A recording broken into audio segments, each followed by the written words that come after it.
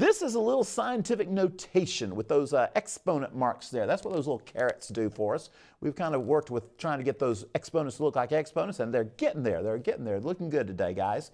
And what we've got here, just for those, we're going to rewrite these. So we're going to be x times, we're going to 8 times 10 to the 5th power and 3 times 10 to the 3rd power. Okay, so this is going to be all about scientific notation today, all right, on this little exercise. So let's see what we've got going with our problem.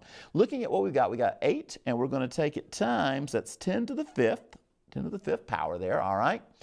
And the parentheses just simply mean we're multiplying, ladies and gentlemen out there, all right? So we got 3 times 10 to the 3rd. And what's going to happen here is we're going to put these whole numbers together, this 8 times 3, we're going to put it together. And then we're going to group these 10 to the 5th and 10 to the 3rd together, all right? And we'll put it out here, 10 times 10 to the 5th times 10 to the 3rd. And what we'll do is we're going to bring these two together. This is going to give me 24, 8 times 3. And rule for same bases with multiplication and the exponents, we add those together. So we're going to be up to 10 to the 8th power, all right? You say, Ernie, is that good? That's an answer. That works, all right? But we're going to make it scientific notation, although it didn't really ask for scientific notation, but let's go for that, all right? And then we'll also give you a standard form. By the way, standard form means we're going to add a lot of zeros to this final answer, okay? We'll see how many in just a second. But what we got to do here is take this 24 and make it into 2.4. Now, when we do that, the decimal is right there, okay? And what we did, we shifted it. We made this number 24 became smaller.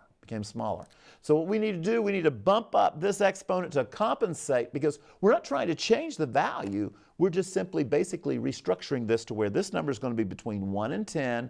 We're going to bump this up to the 9th power. So there is your scientific notation. There's the exponential part. There's the base, 2.4.